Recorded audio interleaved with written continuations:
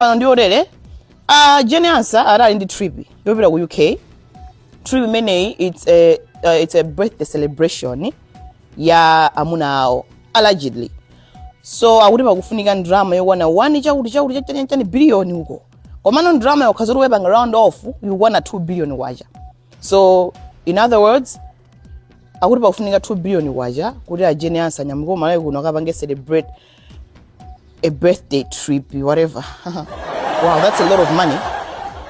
And it's so sad, Woody, come on, we are a very poor country. It's so sad, Woody, Vice President Tagamangem spend such amount of money. That's a lot of money. Nkhani even over it's possible like Yellow International. Achiwiri kwansugulwa dziko lino Dr. Jane Ansa ali ndi ulendo wapadera wopita kumangalande ulendo umene maninga ni maripoti amene akuzungulira masamba mchezo ukuoneka kuti Malawi apereka ndalama yawo yokwana 2 billion Malawi kwacha. Izi zikubwera pamene Malawi akudandaula kunena kuti misonkho imene mwayika ikutiphinja.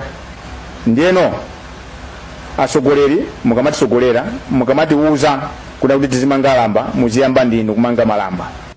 So ababano zinthuzi we don't know whether it's true or not. It might be propaganda. Remember kuti pena so anthu azibano zotsutsa.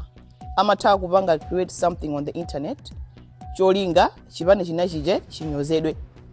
It might be true kuti anthu achirobanga komanso it might be true kuti zizinzoona komano because of how Malawians and how many people reacted kuti ndama yo safe just for a birthday mwina angozisinta. Malawi is a very poor country. 70 to 75% of Malawians are living in poverty or abject poverty. And for a vice president who ran with a political partner, President Tarika, on the basis of change and austerity, to be spending this huge amount of money is outrageous. I don't think angabange allow kuti abange spend such amount because someone is a vice president. No, that's a lot of money. Come on. 2 billion, it's a lot of money. We can do something. We can invest that money in something that will attract and so that we can have forex in the country. There are a lot of things that we can do with that money. What I found very sad about the pushback that was put out by a public relations officer from her office was that they said it is fake news.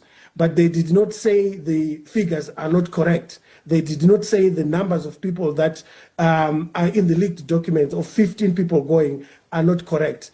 And the fact that she's going on the 26th and coming on the 10th for her husband's birthday party taking place in Nottingham on the 3rd of January is absolutely outrageous for a country like Malawi.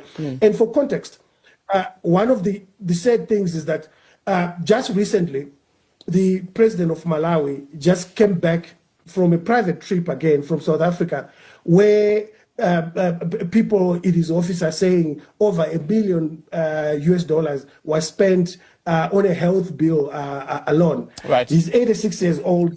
The vice president is 75. And it's a total mess for Malawi. And Hopeful, you mentioned the fact that this is a fairly new government. It's been in office in Malawi for barely a year, right? So when you consider how relatively new that this government is, did you expect that there would be such a blunder being made at the highest level so soon into the new administration? And ultimately, do you think that the criticism domestically of the spend on this travel to the UK, the outrage perhaps if it reaches that volume, will be enough to convince the Vice President or even the President to intervene and reach a different conclusion, maybe even cancel altogether? Well, when President Tarika and his vice president were elected, I was very skeptical because they're not exactly new. President Tarika has been president before. He was defeated by Pastor Lazarus Chakwera, who was equally terrible. And he came back for the second time, just like Donald Trump, where you lose an election, another term is served by someone else, and you come back. And the vice president, Dr. Jane Ansa, is not exactly clean. She was involved in what was called the Tipex gate, where an election was rigged, numbers were being changed, used Tipex, and the Malawian courts had to reverse that victory for President Mutharika, resulting in another election being held where he lost to Lazarus Chakwera. I think it's enough for Malawians to be outraged. I have no idea whether they're going to go on the streets, whether they're going to demonstrate, but Malawi right now has no forex in its bank. Foreign exchange is scarce. They are struggling with fuel. A lot of people are having to forgo important journeys because there's no fuel in Malawi. So for a vice president who came in on a ticket for austerity to be doing this, it's very outrageous. And I think it's also important for the British government, which issued these visas, to reflect on itself, because the British taxpayer sends money to Malawi as aid, and for that money to then be used back in Britain for luxury on a private visit is outrageous. What will it mean then for the future, this trip, Hopeful? Lastly for you, I'll come back to you, Jack, and give you the final word. What do you think this will mean in terms of setting the tone for the way in which this Mutharika government and the people of Malawi continue in their relationship over a term, by the way, that started just in September? I think they've started off on a bad note. The Malawian finance minister right now is in the Middle East. He went to the United Arab Emirates in Abu Dhabi, and he's currently in Qatar with a begging bowl for humanitarian aid.